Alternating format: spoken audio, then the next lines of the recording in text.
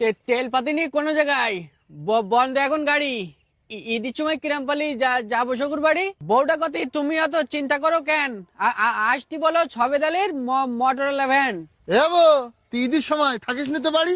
আর কি হয়েছে শ্বশুর বাড়ির মোটর রান্না গাড়ি? কে টেনশন কি হয়েছে আমার সাথে বল। তেল পাম্পে লাইন দেবো, গাড়ি টানে চল। আমার বলো মেজাজ খারাপ, এখান থেকে তুই যা। তোর কথা শুনি বলো জ্বলতি আমার গা।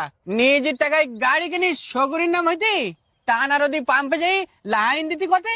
বুঝতে পারিস তেল না পেয়ে হাবুর মেজাজ হট। শোন, আমার কাছে কিনারি 70-80 পট। তুই তো আমার বন্ধু মানুষ, করবো উপকার।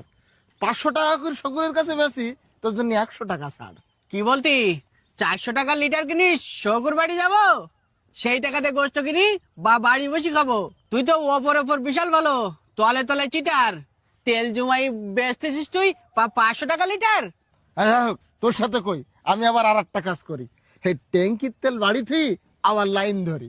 তোর তো আমি ছাড় দিতিলাম, আর দেবো না থাক। মোটরসাইকেল নে ঘরের আড়াই ঝুলুই রাখ, বুঝলি? সারা পাম্পে ঘুরি ঘুরি ট্যাঙ্কি করিস ফুল। বর্তমানে তোরাই দেশের সর্বনাশের মূল। তো তুগির মতন ধান্দা বাজার চিটারের জন্য কোনো জায়গায় তেল পাতিনি, খুঁজি হতে হননি। তোর সাথে গেছবো না আর, বাড়ির দিকে যাই। ওদিকে তেল নেবে তাই ফোন দিতিছে সালেক রেজা ভাই। আর শোন, গোপন কথা কারোর সাথে বলিস নি জন তুই।